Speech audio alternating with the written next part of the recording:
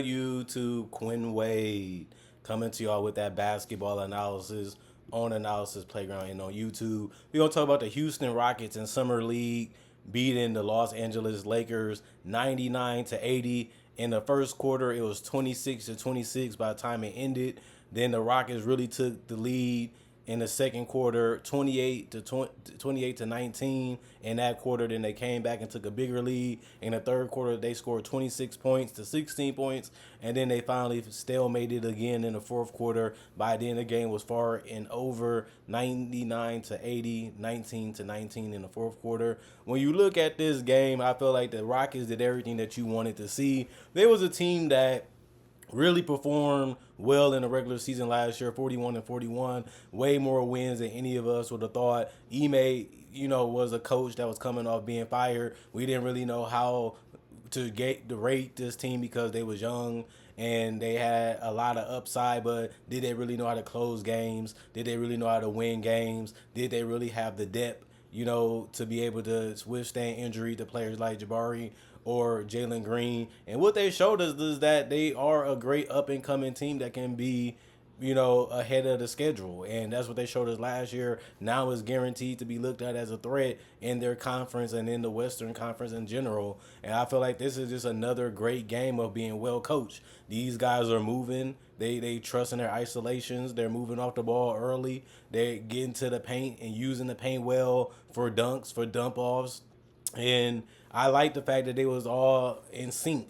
Like, I didn't see too much sloppy play. Didn't see too many things that I didn't like. I feel like it is a summer league game, so obviously none of these guys are most likely going to be starters. But these are the guys that you got to look out for as you continue to build out the rest of your roster to give this team some more depth. And you want to trust these guys. You want to believe in these guys. And what more respect is to be watching them right before your eyes doing it. So I think that this is a great game. Now, when it comes to the Houston Rockets, 2 points for Dante, the center. He was a -1 in plus minus. He had one personal foul. He did have two blocks anchoring that paint in the limited minutes. He only played 15 minutes in this game, and he really wasn't even in foul trouble. So I feel like he did a decent job protecting the rim. He also did get one steal. He did grab 7 rebounds. 3 of them was offensive, by the way. He just didn't finish that well around the paint. 1 of 4 from the field. Cam Whitmore was the biggest star for this roster outside of Griffin. I feel like Cam Whitmore was aggressive even on the boards. 10 rebounds today, 1 offensive rebound. He did score 20 points. He was a plus 24 and plus minus. He did pick up 3 personal fouls and he did have 3 turnovers, but he did grab 4 steals, stand in front of guys, pick in their pocket when they was over dribbling or not paying attention or just feeling a little bit too confident. And he was aggressive even on the offensive end, even defensively. He was using that strength and that power to knock guys around when it comes to scoring. And he did, get to the free throw line 5 times. He was 3 of 5 from the free throw line. He did do 4 assists, showing you that he can pass a little bit. He still didn't make too many threes. I feel like he took some fast. He didn't be patient with his rotations. And I feel like he didn't really get good gathers on some of those shots. But I feel like those things are correctable. Never really been known as a 3-point shooter, just a guy that can make them. But at least he'll attempt them, even as at the top of the key or in the corner. And he didn't change that. It's just he didn't do what he needed to do to make them or give himself a fair chance at doing that. 8 of 17 from the field. Took a lot of shots, but he did do it damn near efficiently, 47%. Griffin wasn't. He looked a little slow. He did look like his body was the most developed on the court because he had some experience already. But he was 2 of 7 from the field. He was 0 of 3 from the 3-point line. He took some bad ones and some long ones that he really didn't have to do. But he did go to the free throw line 4 times and finish all 4 of them 100% from the free throw line. You like to see that, even if it's summer league, it's a confidence builder to see shots go in the rim. 1 offensive rebound. He had 2 total. He did have 2 steals also and 2 blocks. Like I said, he was a rangy defender trying to cover space, trying to stay in front of guys, trying to play hard, and he was rewarded with some defensive accolades in this game, again, with the 2 steals and 2 blocks, showing you that he put in the work and that he can possibly still be a two-way player, even though he's on to a second team. 2 turnovers, 3 personal fouls, plus 24 and plus minus 8 points. I do feel like this summer league is going to be huge for him to show us what type of player that he actually is going to be for the long term. And I think a change of scenery could help, but he's still going to be low in a depth chart, even on this team, and that could be detrimental to his career if he don't play better. I feel like Reed Shepard really did have a fantastic game. 9 of 17 from the field. He was 4 of 6 from three. You like to see that. He was not hesitating. He even pulled some tough ones that he didn't really have to pull, but the game was already over at that point. He was 1 of 2 from the free throw line. He did have 4 rebounds, 5 assists, 1 steal. He did get 3 blocks, 4 turnovers, 1 personal foul. He was plus 21 and plus minus 23 points. I like the fact that he can play in pick and roll, make the decision as a playmaker, score as a combo guard, and even stretch it out as a sharpshooter type player because they really had to pick what they really didn't want to do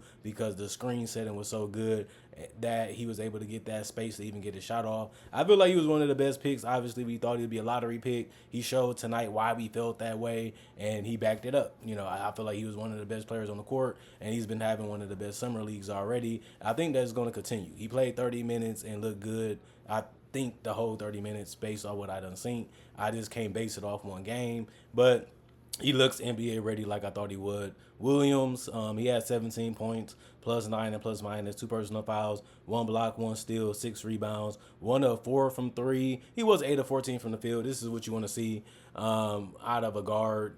And, to be efficient, getting to the basket, being efficient, getting to the mid range, and being able to grab rebounds. That's basically a way to impact this game while still being able to stay out the way. Robinson, their other center, 11 points, plus 14 and plus minus, 2 personal fouls. He did grab 5 rebounds. He had 4 offensive rebounds, which was huge. I feel like this team played harder and they wanted it more, and they just knew what to do a lot more than a team like the Lakers. It seemed like they was kind of lost and they just had lack of effort. 3 or 4 from the field. He only played 15 minutes. And then Hinton, 4 points, plus 1 and plus minus, 2 personal fouls. He did grab 5 rebounds, also 2 offensive rebounds. You like the hustle in him. 1 of 2 from the free throw line, 1 of 1 from three. He was 1 of 4 from the field. The only field goal he made was the three. And Samuels Jr., 6 points, plus 11 and plus minus, 3 assists, 4 rebounds, 4 of 6 from the free throw line, 0 of 1 from three, 1 of 2 from the free throw line. And the rest of the guys, Miles Jr., he had 2 points. Kerry Lewis Jr., 4 points, 3 rebounds. One of them was offensive. He was 2 of 7 from the field. Didn't really do well tonight, but he did play 13 minutes. And the team shot 45% from the field. They did struggle from three, 29% from three. That's below average. But they also shot 69% from the free throw line. That's below average too. But after all that, they still was able to win in a decisive way. I feel like the Lakers, the best thing to talk about is Charleston, 10 points, but negative 13 and plus minus. He did have 5 personal fouls, being too aggressive, being too much of a push guy. He was pushing some guys and knocking guys around. Didn't really have to do that. That means you're not a average defender. It means you're a below average defender, if anything. And I think that he got to fix that if he wants to play in the NBA. If you can't guard the bench warmers, and you definitely going to have trouble guarding starters, that's something you got to fix. Because if you can't do a stance or you can't stay in front of guys without fouling, you're not going to be able to make it in the NBA. That's something that you got to keep in the back of his mind as he tries to continue to grow in summer league. 2 blocks, 10 rebounds though, 2 assists, 4 of his rebounds are offensive. 0-1 from the 3-point line, 5-11 from the field. M. Lewis, 6 points, negative 17 and plus minus. He had two personal fouls, 4 turnovers, 1 block, 2 steals, 5 assists. He had 4 rebounds total. 2 of them was offensive, 2 of 3 from the free throw line. He was 2 of 8 from the field. Dalton Knecht was the best player on the court. They whole summer league so far. Last game he had 20. This game he goes for 25. I think he kind of had to do this just because the game just was looking real ugly and it was really nothing exciting for the Lakers tonight. They didn't look good. They didn't look like a team that I would be proud to see, or there's not too many good things to take from this game. They didn't play well. They didn't try to get rebounds. They didn't try to defend all the time. They was letting guys blow right past them. They was fouling way too much. If anything, they had 21 personal fouls. and that's just ridiculous for a game that should be seamless. But they couldn't stay in front of guys, and they couldn't even defend the rim sometimes. But Dalton Connect was the best offensive player, and he did it so well that you have to give him credit for that. 5 of 11 from 3-point line, 9 of 18 from the field, that's 50%. 2 or 3 from the free throw line. He even got 1 offensive rebound, 6 rebounds total. He did play make a little bit with 4 assists. He did get 1 steal and 1 block and 1 turnover. And he also had 2 personal fouls and -10 and plus minus. Bronny James, this is my first time actually watching Bronny play a whole game outside of highlights, and he only had 8 points. To be drafted 55th, and you're going to get a lot of development. People are going to be hard on you. Can you come out and respond? I think he was terrible. Like, every game I done seen Bronny James play, footage-wise, he was terrible. He's not a great player.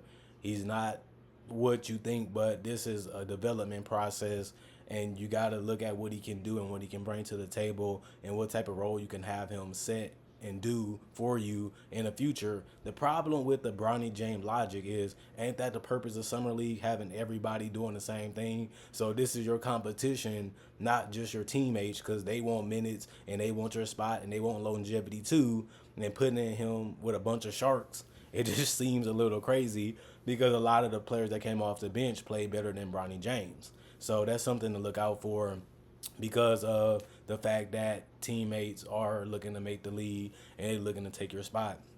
And they're looking to take those minutes because they want them too. So if you're going to give me 8 points, -9 and plus minus, and 2 personal fouls and 3 turnovers, but he did get 2 steals and 5 rebounds, but you only was 2 of 2 from the free throw line. You was 0 of 8 from the 3-point line. And on top of that, you was 3 of 14 out of field goals. It seemed like he can't really score unless somebody create a shot for him. That's not really screaming NBA player or NBA starter. And a lot of the guys that they compared them to, they're not starters in the league either. They're bench players, and their career is coming close to being cut short too, because they already been moved or already been traded these last couple years. So not the greatest comparisons, not the greatest start to your NBA career, but we'll see what happens in the future. Not trying to doubt them, not trying to hate on them. I'm just spitting facts. I just watched the game. This is why it's called instant analysis for people that's new. We got to be honest too, because that's what they're going to do when they cut you.